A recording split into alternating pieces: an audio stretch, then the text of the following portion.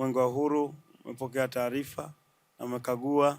Kwa kweli uwanja wetu umekamilika, uko vizuri na unaendelea kwa awamu ya kwanza umekamilika, unaendelea kumwagiliwa maji ili uendelee kuwa vizuri zaidi.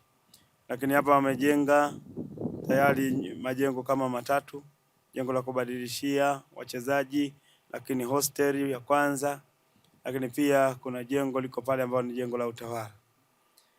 Mheshimiwa Mkuu wa Wilaya ya Longido, tunamshukuru sana Mheshimiwa Rais Daktari Samia Suluhu Hassan kwa jinsi ambavyo anaweka mazingira rafiki kwa wawekezaji wetu. Dr. Samia oye!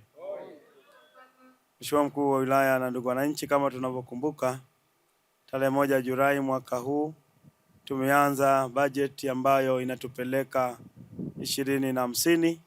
Nchi yetu tunaitazamia itakayokuwepo 2050, ambayo inategemea sana sekta binafsi, na hapa ndo tupo katika sekta binafsi ambapo mwekezaji wetu amekuja kuwekeza hapa.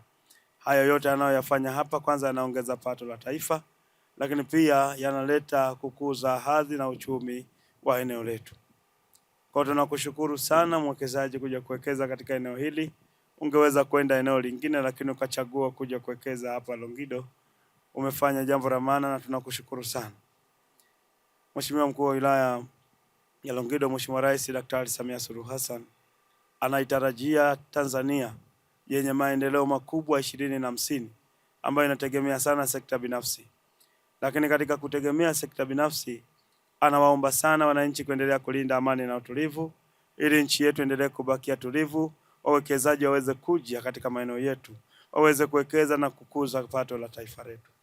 Kwa mimi nawaomba sana wananchi wa Longido kuendelea kulinda amani na utulivu ili wawekezaji kama kaka yetu Daniel waweze kufika katika maeneo yetu na kuja kuwekeza uwekezaji mkubwa zaidi. Hatuwezi kuja kupata wawekezaji kama amani na utulivu itakuwa hakuna. Kwa tuendelee kulinda amani na utulivu, nchi iendelee kubakia tulivu. Mheshimiwa Rais ataendelea kuweka mazingira rafiki na sisi wenyewe kuweka mazingira rafiki kwa wawekezaji wetu watakapokuja, lakini hatuwezi kuweka mazingira rafiki kama amani na utulivu itakuwa hakuna. Hivyo tuendelee kulinda amani na utulivu, ndipo hata wawekezaji wanaweza kuja katika maeneo yetu. Kwa niwaombe sana kila mmoja wetu akawe balozi wa amani. Tunapokutana tuhubiri amani, tunapokutana katika nyumba za ibada tuhubiri amani, hata kwenye vikao vya familia na ukoo tuhubiri amani, hata kwenye mikutano ya hadhara tuwakumbushe wananchi kulinda amani na utulivu, ili yote haya tunayoyatarajia katika miaka hii ya 2050 yaweze kutimia na yaweze kukamilika. Panahitaji amani na utulivu. Mheshimiwa Mkuu wa Wilaya, niseme tu kwamba Mwenge wa Uhuru umefurahishwa sana na uwekezaji huu, na naomba wengine waendelee kuja kuwekeza katika maeneo yetu. Na Mwenge wa Uhuru uko tayari kuweka jiwe la msingi, uwekezaji ukamilike, wananchi waendelee kuja hapa kupumzika na kufanya michezo mbalimbali.